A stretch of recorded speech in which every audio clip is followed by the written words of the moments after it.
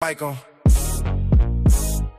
Truth in the building. No filters. No politics. No apologies. Dr. Ken, let's go. We don't quit till the whole thing shake. Truth hit hard, make the whole world wait. Real talk loud when the system fade. Stand tall, even when the whole ground break. No fear, no foe, no retreat. Pressure make diamonds when the fire meet heat. All gas, no brakes. When the truth gon' speak, Dr. Ken in the booth. Truth don't sleep. Came from the bottom where survival was a law. Learn real quick what respect really costs. Everybody got opinions from afar, but they ain't never had to carry those scars. Built from pressure, discipline, pain. Some lose focus, some lose aim. Some sell souls just to chase that fame. I build my brick by brick, no shame. See the world get weak when it need a moment. Too many followers pretending they friends. Too many loudmouths scared to defend any real conviction when the pressure set in. But I stand on business, stand on code, stand on truth when the lies explode. Some fold up when the road gets cold. Some become legends when the story gets told. We don't quit till the whole thing shake. Truth hit hard, make the whole world wait. Real talk loud when the system fades. Stand tall, even when the whole ground breaks. No fear, no foe, no retreat. Pressure make diamonds when the fire meet heat. All gas, no brakes. When the truth gon' speak, Dr. Ken is on. Truth don't sleep. Frank. Candid. Straight to the point. If nobody else gon' say it, I will. Yeah. Mic check, truth coming live again. Built for the storm, I don't hide from wind. Everybody tough when the lights are bright. Different story when it's dark outside at 10. I done seen pride make kings collapse. Seen weak minds get trapped in traps. Seen good people never fight back. Seen fake leaders disappear too fast. So I speak for the workers, speak for the tired, speak for the people still trying to climb higher. Speak for the ones still building through fire, trying to lead this world better than prior. And if the truth hurt, let it hurt a little. Growth don't happen staying safe in the middle. Either build your life or become a riddle. Either move the crowd or get played like fiddle.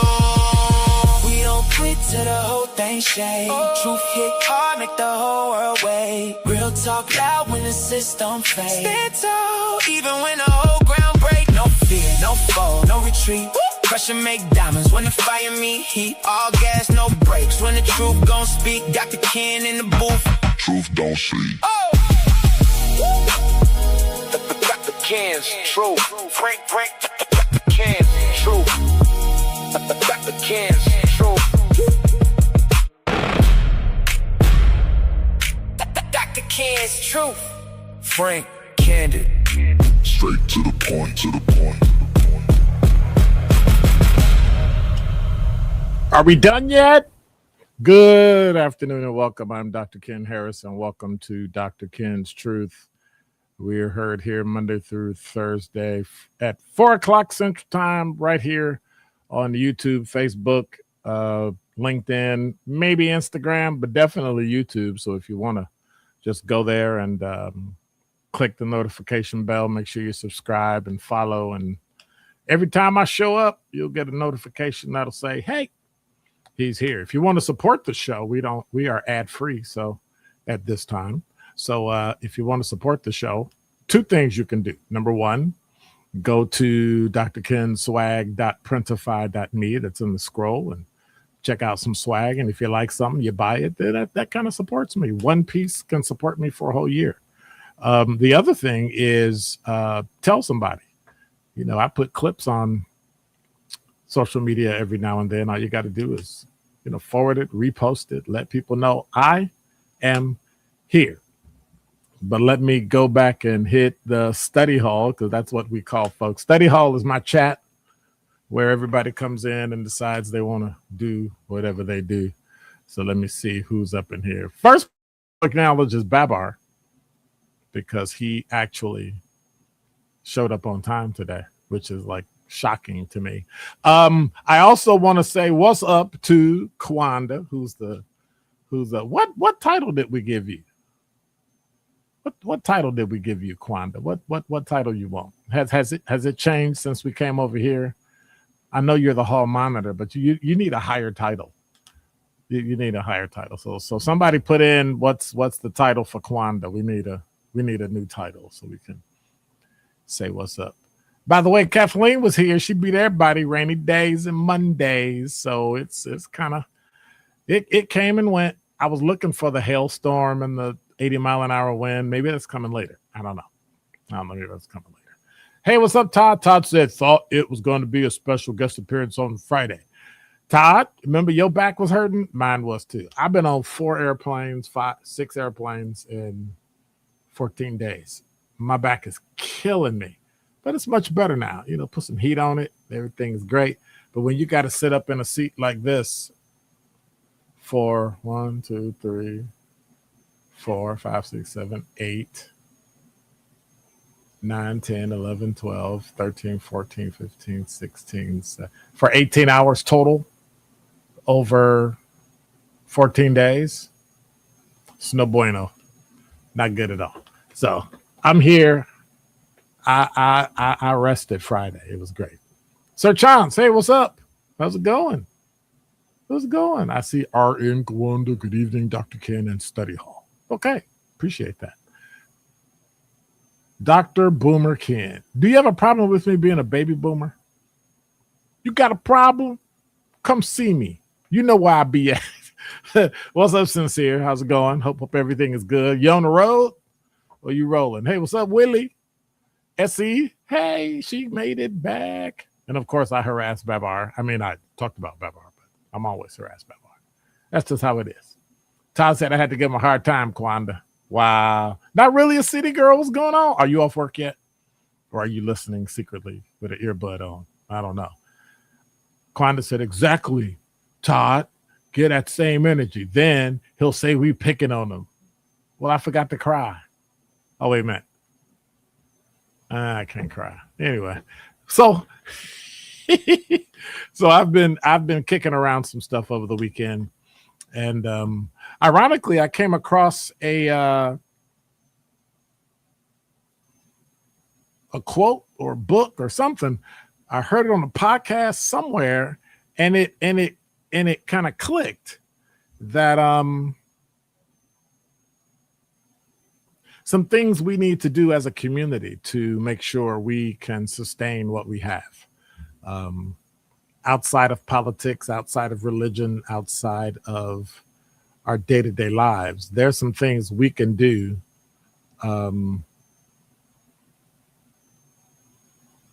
personally that can cause us to be great. And so I always push education, but I never really dove into reading. Yeah, we have issues with reading. We have issues with kids learning how to read and all those things. But in the end, I think it's important that we create an atmosphere of reading being a good thing, but then what do you read? Everybody reads something different. And so I think in order to get everybody on the same page, all Black people, white people, Hispanic, Asian, straight, gay, I don't care what you are, religious, whatever. In the end, what we really need is the ability to feed our brain. There's a statement that's attributed to Marcus Garvey. I'm a Du Bois guy, and I'm a Marcus Garvey guy. I'm complicated, right? I can hold two conflicting opinions about the same thing at the same time and argue them both, right? I'm contrarian. I get it. It's pretty relevant today as it was about a century ago. Garvey challenged Black people, and really he challenged all people to discipline their minds through reading. Simple thing. His recommendation was simple, and I'm going to talk about that today. I'm going to go through my show, and that's my main topic that I'm going to talk about today before I get to my top 5 before 5. His recommendation was simple, but I believe it was profound. And it might be too much for some of y'all. Read 4 books every month each one from a different category. It's that simple. Now, there are 4 categories that we talk about. There are 4 categories: history, biography, science or technology, science, and philosophy. So what do I mean by that? Well, think about it for a moment. We live in a world that's obsessed with 30-second videos and scrolling. So we never spend a lot of time thinking through and processing those things that are important to us. We don't. You need a reading plan for growth. And I stole, borrowed, loaned out, whatever you want to call it, Marcus Garvey's plan for reading. It's a reading plan. Ultimately, it should give you growth. So imagine what would happen every day. And we were going to dive into that. Imagine what would happen every day if you read one history book. Just over the week. Start on Sunday, Monday, whatever day, Tuesday. It doesn't matter which day of the week you start, but once a week, read one book on history. Then the next one, you read a book on biography. But then you start to say, what do you get from reading a history book? What do you get from reading biography? Well, we'll talk about that. Read one science or technology book. And these got to be things that don't just virtue signal what you already know. They don't give you, wow, I love flags. So you read a book on flags. Well, you already know about flags. Like, what more can you learn about flags? But you just continue to read just books about flags because that's what you like. Read things that compromise what you believe, compromise your intellect, push you beyond where you are. You don't have to necessarily accept or like what you read, but in order to be well-rounded, you have to have that in your brain. Science or technology. Everybody's talking about AI, but do we really understand what AI is, what it's used for, how it can affect our lives, how it can make our lives more efficient, our jobs, our families, all those things. And then finally, a philosophy book. And so I'll go into that and talk about why you should read each of these categories. And these are my thoughts about it, not Marcus Garvey's. But if you think about it, it's 4 books a month and 48 books a year, right? Because you got to take time off. I know you're going to take summer off. You're going to take a week here and there. You're going to go on vacation. You're going to forget. Oh, I started to read and I fell behind. So if you do 48 out of 52 weeks, you should be fine. But think about this. In 5 years, you will have read 250 books. Now, when I say read a book, I'm including audiobooks. I'm including the listening as well as the actual reading a physical book. But think how different your conversation would be. People, oh, that's good. Oh, I've heard it said. I haven't said it. He's smart. Well, I read a lot. I read constantly. Not just internet sites, not just WhatsApp and Snapchat and Facebook videos and LinkedIn video. I read. I listen to an actual book because I'm an auditory learner. That's how I learn, by listening. But think about how strong your personal self would be. It's the ultimate personal development device. Now, I always talk about investing. I always talk about finance, compound interest. Think of what knowledge would do to compound your brain, to compound your knowledge. Every book is an investment that pays dividends for the rest of your life. Here's the bottom line. Bottom line is this. Marcus Garvey understood that in order to be liberated, you have to first be liberated in your mind, right? Before you build wealth, you have to build wisdom. Before you influence somebody else, you have to have something. You have to actually have something that would influence them. Before you change the world, you have to actually understand it. So here's my challenge.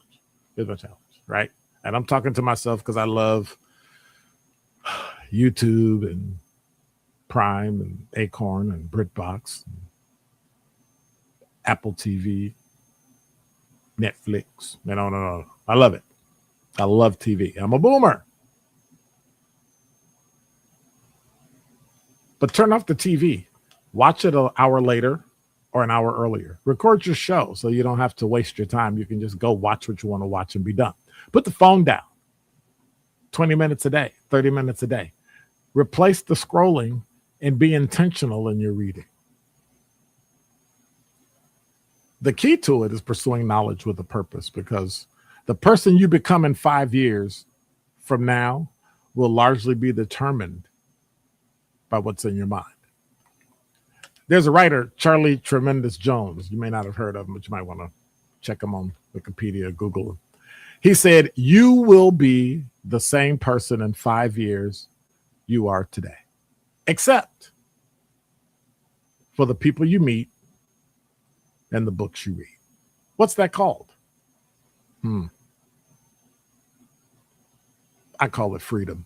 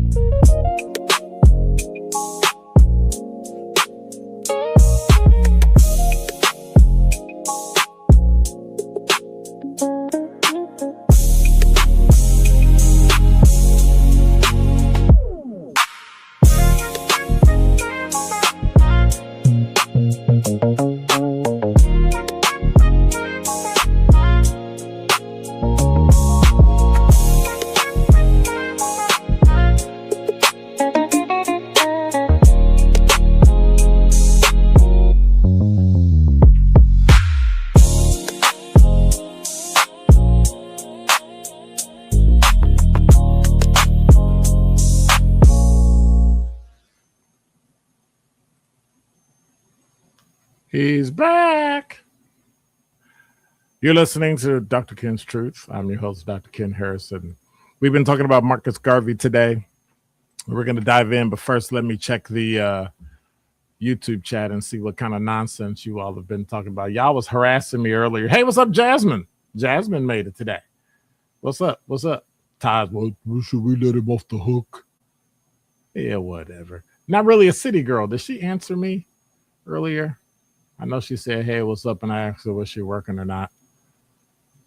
I know Sincere said, yes, sir. I'm in Kansas right now, then back to the Midwest. Is Kansas considered the West or the Midwest? I always thought Kansas was the Midwest. Oh, I don't know. So John said, prayers and condolences for all who were affected in Winnebago County. Did you hear the weather? We're going to talk about the weather, too. The weather's been pretty darn wicked. And a tornado flew through Appleton. No, I'm sorry, Menasha, which is outside of that county, Appleton. So, yeah, it's pretty bad up there. Quanda said, absolutely not. He said it himself. He's feeling better, but on a serious note, then back pains are no joke. So, hope both of you guys are taking care of yourselves. Yeah, I'm trying. And what does Todd say? Okay, we'll keep the pressure on. Does that have a double meaning? I think that has a double meaning. Quanda says, Sir Chance, I have Milwaukee weather app as well and seen that it was going to destroy some homes and properties. Yes, it most certainly did. There's some video from up there that's just wicked. Absolutely wicked. Absolutely wicked. Todd said you get the little nuggets you didn't know. It helps you socially too, expands who you can have conversations with. So one of the things that I ran into, there was a white guy years ago. I was in, let me think about it. I was at an event, and I've always been a voracious reader. Back then we didn't have, Audible. So, you had to actually buy it and read it. Right. So I would buy paperback books because, I didn't have a lot of money. So I would buy a paperback book, or I would go to a bookstore and find an old book. But I went to school and I was the weirdo that read all the classics. I read Moby Dick. I read A Tale of Two Cities. I read in 1984, which I guess now you can call 2084. Uh, but hey, what's up, Jasmine Gooden? But one of the things I always did is read. And a guy, I think I was at an event in Hollywood, either Chicago or Hollywood. I was trying to think back. I remember the room was darker and there was some stuff going on. I don't know if it was a band or something was going on, speaker or something. And the guy asked him while we were mingling around, he said, "What's the last book you read?" And so I gave him the answer. And he was kind of shocked, like, what?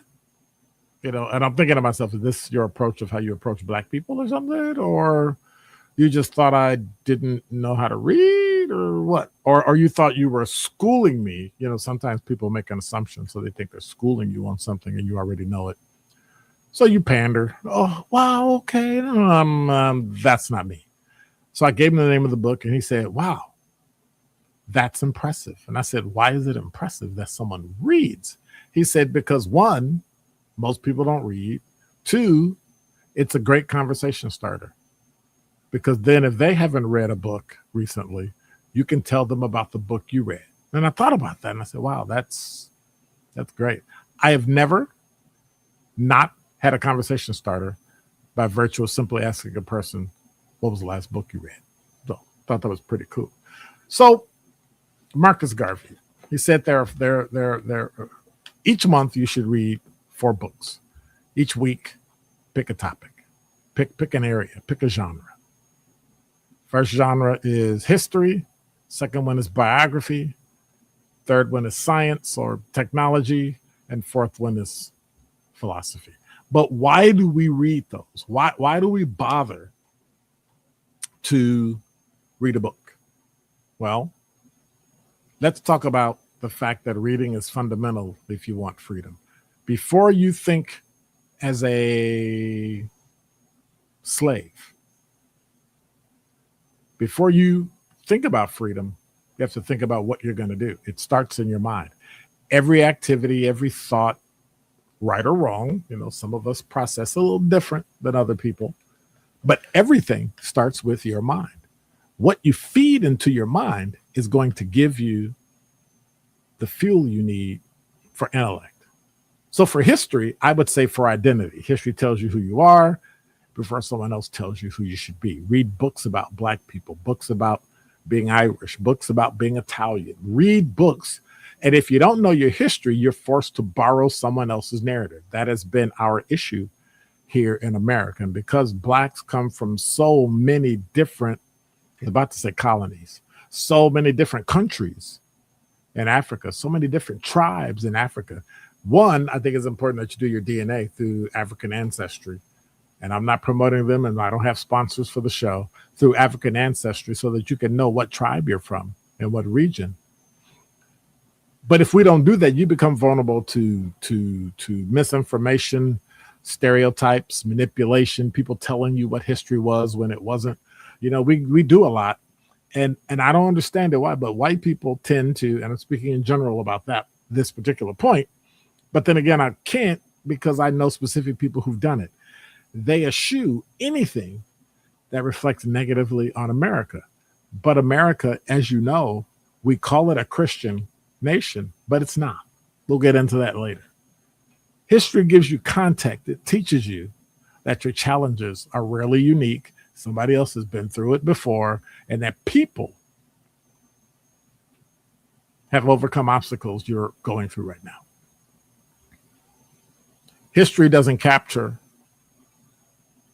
the past, it explains it. It gives you confidence in the present because people before you have gone through. The next one is biography, right? Read a biography. Don't read just, these are people I like. Of course, I'd really want to read Jay-Z's biography. That'll be interesting. But why do you read biography? Well, Garvey says read biographies because leadership isn't learned in a classroom or just in a classroom. It's learned by studying people who were successful and studying people who failed.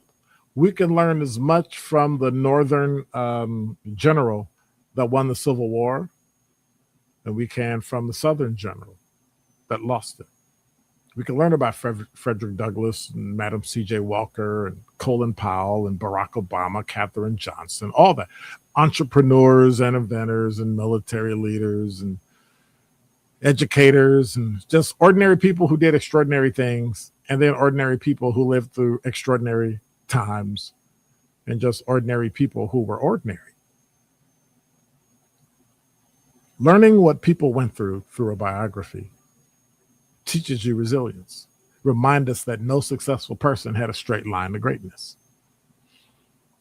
Leadership has scars, and it leaves scars. And so the question isn't whether you experience adversity. The question is whether you learn from someone else's journey before you face your own. We've got parents who do that. They just don't give them the tools to make it through. They don't give them the examples. They just smooth out the way. There are bumps in life you're going to run into no matter what, just being human. Reading a biography can teach you how to get through those. And then there's science and technology. Regardless of where we are dealing with science, we need to deal with the fact that Garvey understood something that we struggle to grasp today in this community of AI. Communities cannot prosper without understanding how the modern world works. If you do not understand how AI works, you won't make it. Not just laboratories, not just physics, not just chemistry, it's engineering, AI, medicine, cybersecurity, energy, transportation, agriculture, technology. Doesn't matter. Pick one. The nations that dominate science, which is why we're fighting so hard with Russia, we're fighting so hard with the Middle East, we're fighting so hard with China. If you dominate science, you're going to build infrastructure everybody depends on. That is why Iran is in a war today with Israel. That being said, regardless of how you feel about it, it has come down to oil. And if you control oil, you control everything, which you can throw in the deck with technology because it is what? Energy. It's energy. If you want to create wealth, instead of consuming a product, we have to understand the systems that create the products. And that's where technology, that's where science comes in. But once you have the knowledge, that's when you get innovation, because innovation follows knowledge. And then there's philosophy. What do you need to read philosophy? I did not understand philosophy at all until I went to college, and I actually took a philosophy course. And what philosophy did is it taught me how to think. It taught me if then. It taught me action and reaction, not just in physics, but in actual life. So it's where I learned how can I say it? I learned how to think, not what to think. Does that make sense? Philosophy forces you to ask difficult questions. What is justice? What is truth? Because no matter what you do, you have to have a definition. You have to define it. It gives you your ideology. What really makes a good society? We say we want a safe Black community, but what does that look like? What is it? Define it, and then you can achieve it. What responsibilities as human beings do we owe to one another? Without philosophy, it's easy to adopt someone else's worldview, someone else's thought, someone else's opinion, to be manipulated without really examining what it is we say. We do it I hate to say it, we do it in politics all the time. We blindly follow the Democratic Party, and immediately somebody that's staunchly Democrat says, oh, so you're saying follow Republicans? And that's not what I said. I said we tend to always follow the worldview of liberals and Democrats, but we don't really examine it. Nobody has examined what a democratic socialist is. They're called communists. And if you think the world is going to be better in a socialist country, you're mistaken, because every single socialist country has failed. Some of them multiple times, but I digress. A strong ideology isn't built on slogans. It's built on disciplined thinking, how you think. That is what philosophy teaches you. Look at it like this. Look at it like this. We say the 5 closest friends reflect your life. So if I want to know about you, let me see who's in here. Sir Chance. If I want to know Sir Chance, all I need to do is meet his 5 closest friends. How they act, how they walk, how they talk, where they live, what they do will tell me everything about him because they're one cohesive group. Well, think about this. The books in your library reflect your intellect. So if there's garbage in, there's probably garbage out. I'm just saying. But I got a poll question for the day. What's your favorite genre of these 4? Philosophy, biography. Let me finish spelling that. Biography, science, or philosophy. Which one for you will you start reading with? Which one will you start with? I'm interested. Let me go back to my YouTube chat and see who was the first. Okay, I had Kathleen. I see Jasmine Gooden was here. Was the other Jasmine here? Yes, she is. Jasmine Jazz West. Okay, I'm just making sure because sometimes I hallucinate and I see 2 Jasmines. So what's up, Jasmine? Sir Chance said, do you get a chance to read any Donald Goines novels just for fun and for your respective journalistic integrity, especially being as though you knew you eventually were going to go into law enforcement? Growing up, I started to like police books, police genre. I knew I never wanted to be a detective.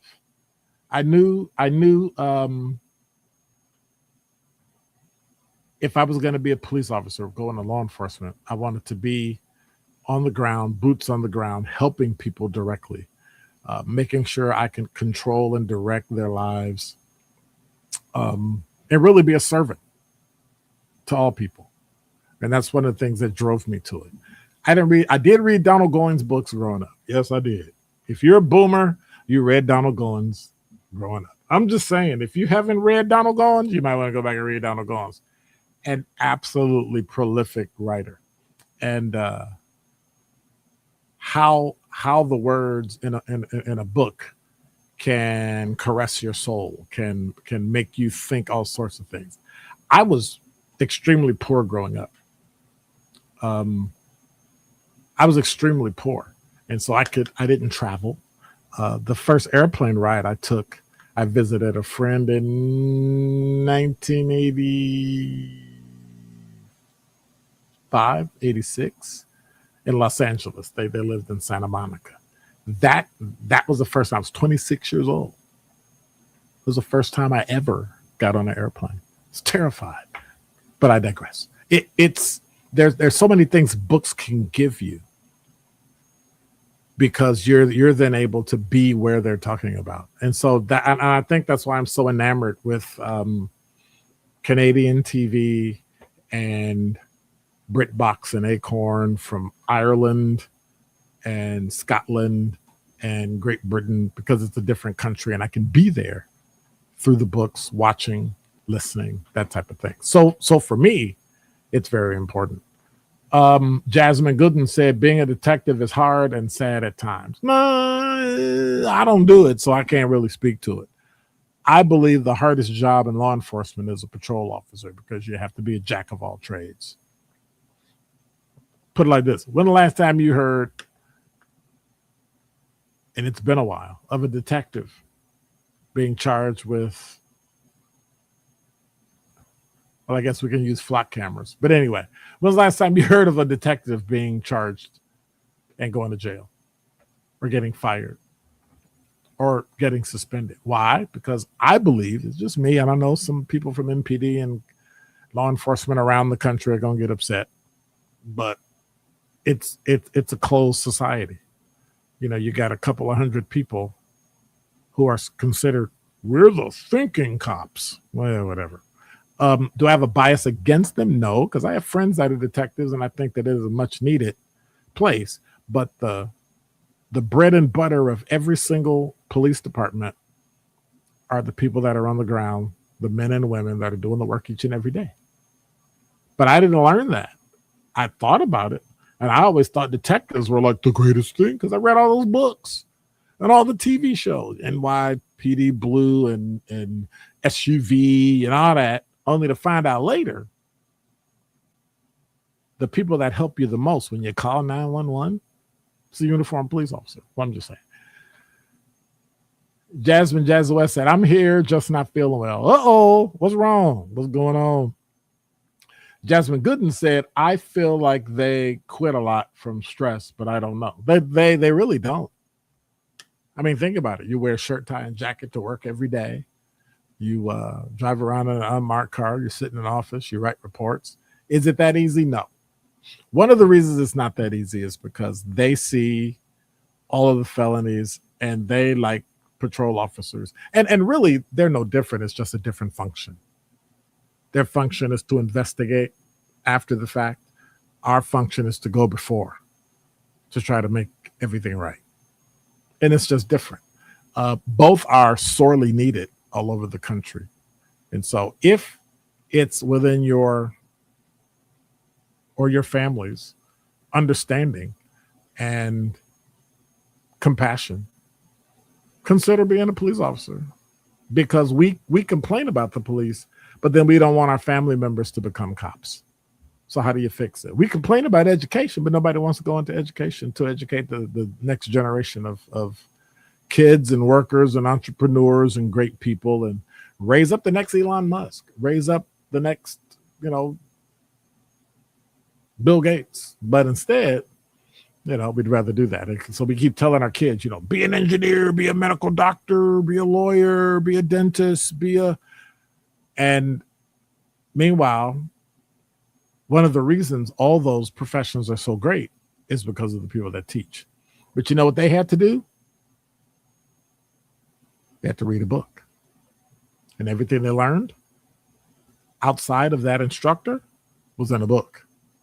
And so for the Black community to grow and for the Black community to really become what it's supposed to be and to remove all the things that influence us in society and culture, I think one of the simple things we need to do is to read a book. Right? Okay. I think it's important that we read a book. It's literally that simple. It's literally that simple. When we come back, top 5 before 5.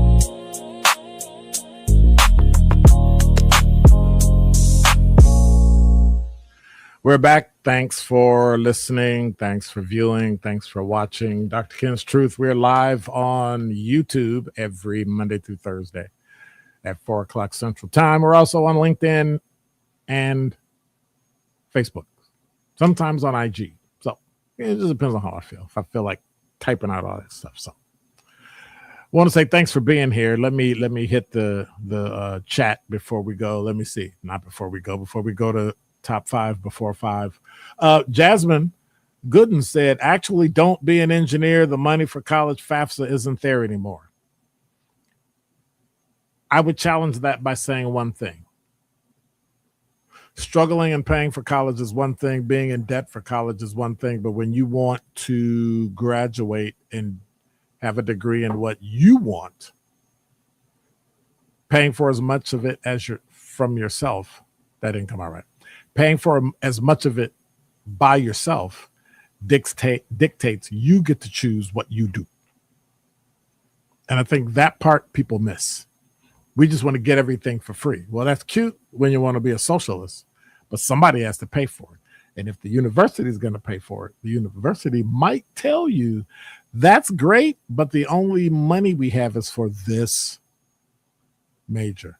My daughter went to a school and wanted to major in a major, and they gave her $1,500 and actually told her, if you majored in communications or something in arts or sciences, we could give you a full ride.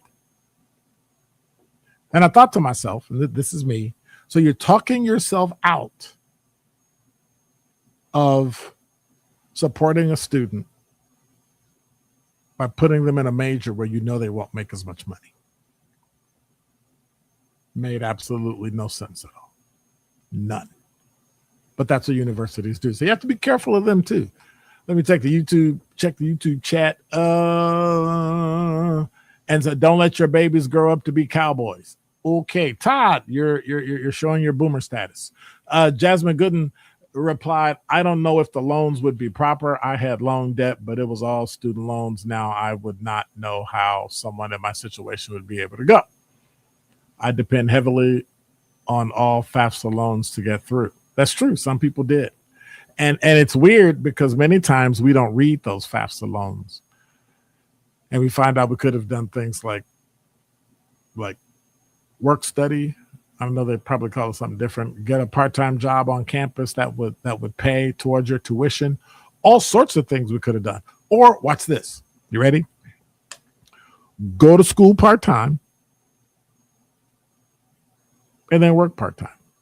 So I knew people when I was at Illinois State, white guys. And I started noticing the age of the white guy going to college was significantly higher. And this is just my anecdotal evidence. No real scientific study. And I'm sure if they did one, it would prove me wrong. But I started to see the white guy in college being significantly older. And so what I did is I started asking and said, what are you doing? They said, I work construction for a year. They take a year off and work construction, make $100 and a bazillion, and then they go to college the next 2 years or the next year. And then on their break, they go work construction.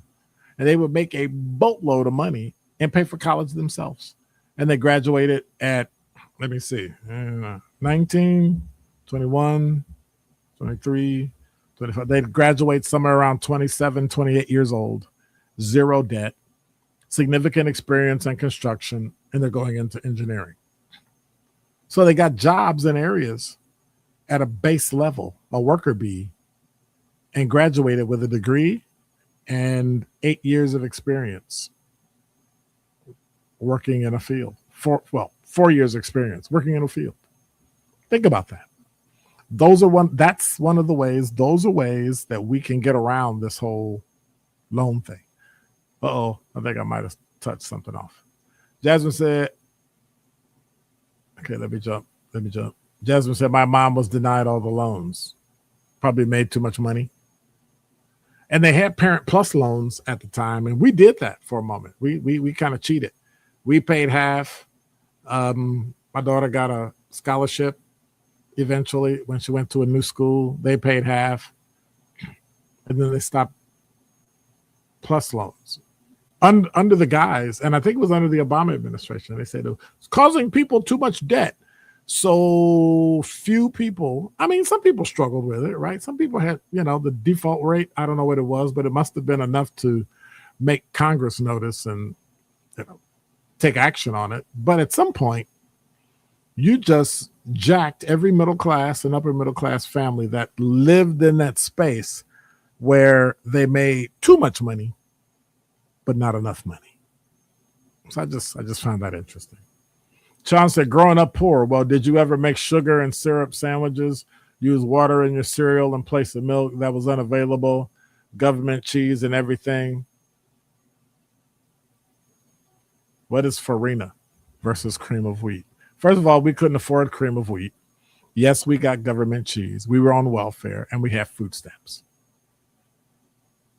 But part of the issue is we keep comparing ourselves to other people and then we're happy. Well, I was poorer than you. I don't know what that means. Poor is poor. Like once you hit a certain level, poor is poor. We're actually comparing that. We're not comparing grades. We're not comparing intellect, the books we read. Nah, we're comparing how poor we are.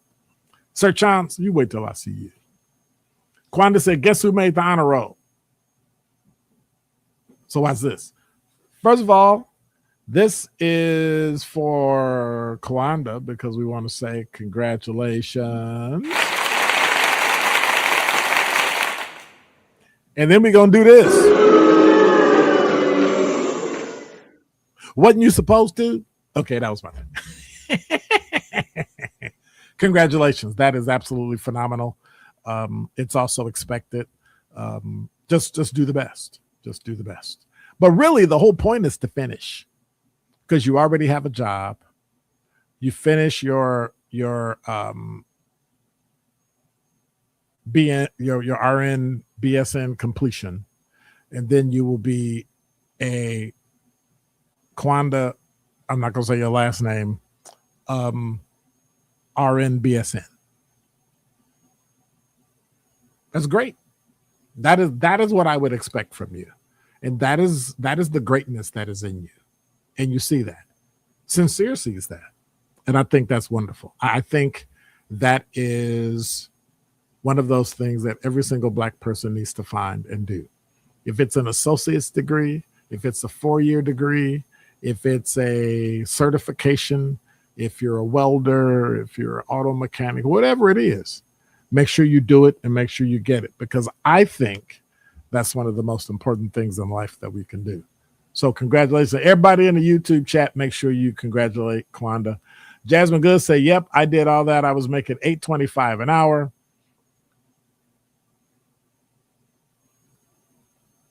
I'm trying to remember for an hour for only allowed 10 hours a week plus interning at $20 an hour and 20 hours a week.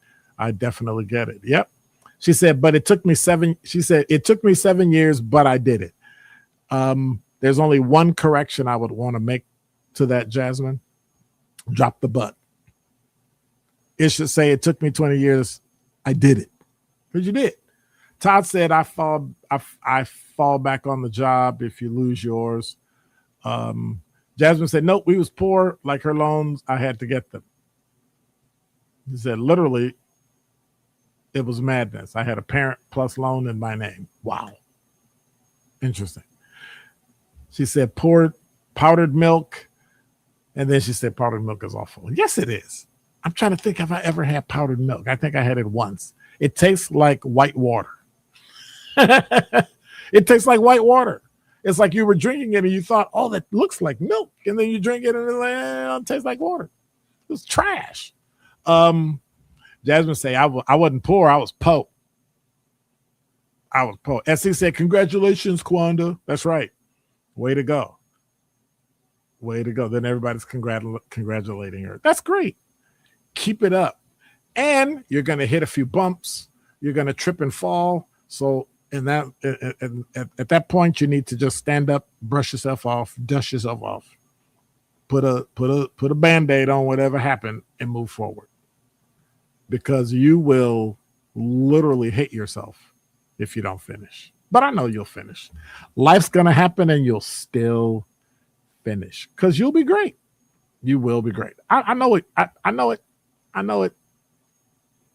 I know it. You will be great. And you know what I think it's time for? I think it's time for a weather update. Number 5. If you haven't been following the weather in Wisconsin, let me tell you, it is off the chain. The weather in Wisconsin has been tripping. As of 5 minutes ago, the severe weather threat has decreased and the watch has been canceled. There's a severe weather threat that diminished, maybe about 15, 20 minutes ago. We had severe to strong storms that produced damaging winds and hail. You remember up in Menasha, they had a storm touch down, and pretty devastating. Haven't heard of any deaths yet, but I know there's significant damage. They saw somebody walking around with an ice pack on, so they probably got hit by debris or got hit by a house. Who knows? And they came through. I remember last I saw on radar. Nope, last time I saw on camera, storm was going through Whitefish Bay and right up Silver Spring. So it was pretty good. I thought we were going to get the hail and the 80-mile-an-hour winds, but I didn't see a lot of that. That's just me. Maybe I was blind. I don't know. But I didn't see a lot of that. And then on top of all that, power outages. Number 4. So WISN.com, that first story was from CBS 58. WISN.com is reporting that there are more than 18,000 people without power on Milwaukee's north side. We Energy's crews are investigating the cause, and they're working to restore the power. The outage is affected in an area near Capitol Drive and Atkinson Avenue. They've got crews working to get power restored as quickly and safely as possible. Traffic lights aren't working. Intersections with dark traffic lights you should treat as a 4-way stop, whether the sign is there or not, and use extra caution. But of course, I got to poke it in. It's the north side. You know what that means? People aren't stopping anyway. They ain't stopping anyway. Oh, and I want to announce we now have a new largest black bank in America. Number 3. I think it's pretty cool, but then nobody asked me. But I think it's pretty cool. Optus and M&F are planning to merge. It was a $105 million deal. It's set to close in the fourth quarter of this year, and it'll create a $1.3 billion asset entity, making it the largest black-owned bank in the country. That's from bankingdive.com. They're two of the nation's oldest black banks, and they're combining. Durham, North Carolina, Mechanics and Farmers, M&F Bank, is going to merge with Columbia, South Carolina-based Optus Bank and create a $1.3 billion institution. Paul Mitchell, chairman of Optus Bank and its holding company, called the combination a defining moment not only for our organizations, but for mission-driven banking in America. It'll be interesting. Let me give you an example. So at the height of George Floyd era, stuff like that, Optus and M&F were among 11 black-owned banks in which Wells Fargo pledged to invest. Similarly, Optus and M&F were the first beneficiaries of a $100 million investment by Wall Street. NFL in 2023 sought to bolster non-white-owned banks. Optus and M&F were among 16 institutions from which it borrowed $78 million. So they've been moving on and on and on and on.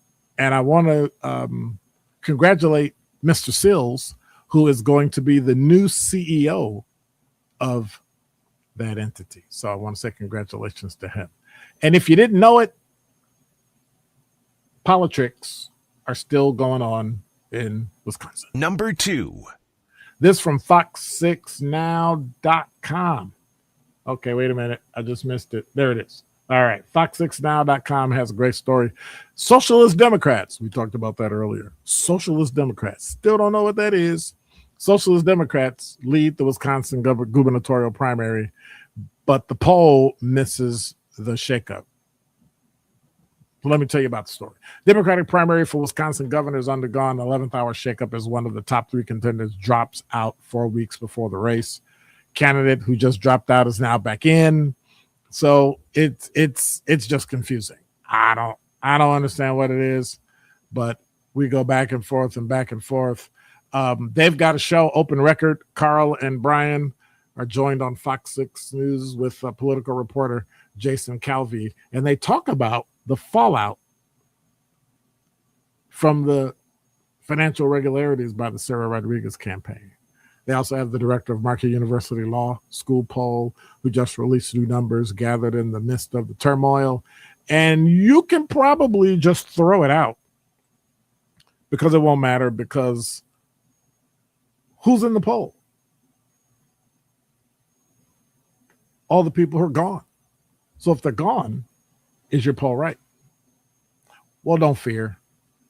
You don't have to worry about Wisconsin. We got more politics right here in Milwaukee. Number 1. From JS Online, another traffic thing. There's a proposal that could replace the roundabout known for car crashes with a traditional intersection, or a roundabout that's smaller, which kind of makes no sense. The plan also includes removing hazardous railroad tracks because the poor people riding little bicycles, their tires get caught in it and they fall. Yes, I'm making fun of them. That and other projects totaling $17.2 million would be funded by property tax revenue from nearby Reed Street Yards Business Park. What does that mean? That means we got to pay for it again. Remember that book on development? Yep. Go back and read it. The proposal requires common council approval and includes other infrastructure and community improvements in the Walker's Point area. So what they always want to do is they want to throw community improvement. We're going to call it community improvement. So you read through this story and it talks about all the car crashes and, oh, it's terrible and we got to fix it. So the Reed Street Yards and Tax Incremental Financing District, they're going to work on street repair and other projects. Everybody goes, oh, it's great. It's wonderful. Mayor Cavalier Johnson's administration is calling for the money. And then you keep reading, and the financing plan will provide up to $8.95 million for public infrastructure improvements, $2.5 million for commercial corridor programs, $2.5 million for property acquisition and related site work, and housing gets a whole $1 million. The infrastructure would include an estimated $1.8 million to redesign and improve that roundabout at West Florida Street. It's among the plan's largest public improvement project. They saw 58 crashes between 2020 and 2023. It's about 15 a year. Are we ever going to do anything for 27th and Center and 27th and Fond du Lac? Doesn't sound like it. So while we're out complaining about data centers and complaining about all that nonsense, I think it's important that we actually complain about the fact that we need mitigation.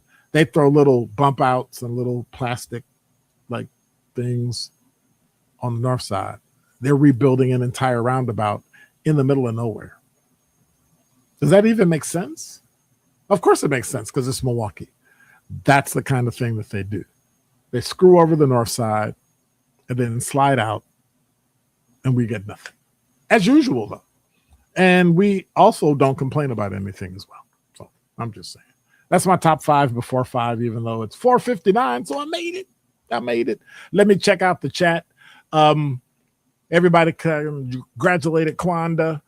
Jasmine Gooden said education is important. Yes, it most certainly is. Jasmine West said 5 before 5. Thank you for that. Sincere Rhino Real said, my baby be doing big things in trying times. Again, congratulations, and always proud of you. I'm not going to give you a congratulations until you graduate. When you graduate, that's when the party starts. I'm just saying. Kwanda said, thank you.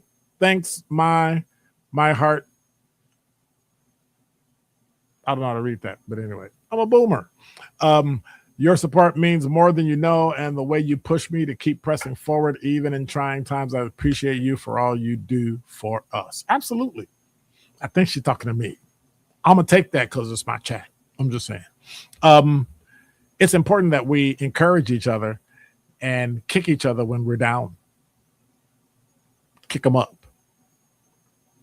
Wake them up. Get them moving. Help them. Walk with them. Let them lean on you. All that. We need to do all that through the good times and the bad times. Every time a bad time comes, it gets less and less harder to overcome. And I think some of us miss that. Kathleen said, congratulations, Kwanda. Nursing is a hard degree, so be very proud of yourself. She replied, thanks, Kathleen. 100% definitely a hard degree, but with my support team rotting me on and holding me accountable make it that much more worthwhile. And then, of course, as he said, have a nice night, everyone. Where's she going? I got a feeling I know where she going. Anyway, want to say thank you for being here. I appreciate each and every one of you. And it's great. It's great. It's great to be back. Great to relax. Todd, get your back in shape. Quanda, hit them books. Sincere, watch the road. Look in front of you. You better not be trying to look at YouTube. You better be listening. So, but no, in real terms, want to say thank you for being here. Want to say thanks to every single person that's here. Make sure you spread the word. Make sure you repost and let everybody know I'm here every Monday through Thursday at 4 Central Time for Dr. Ken's Truth. Hey, want to say God bless, take care, and no matter what you do, make sure. Be quiet. Okay, I'm out.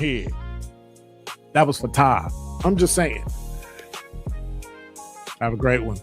Be blessed. And stay out the weather. Might rain some more. You know what that means? Flooding.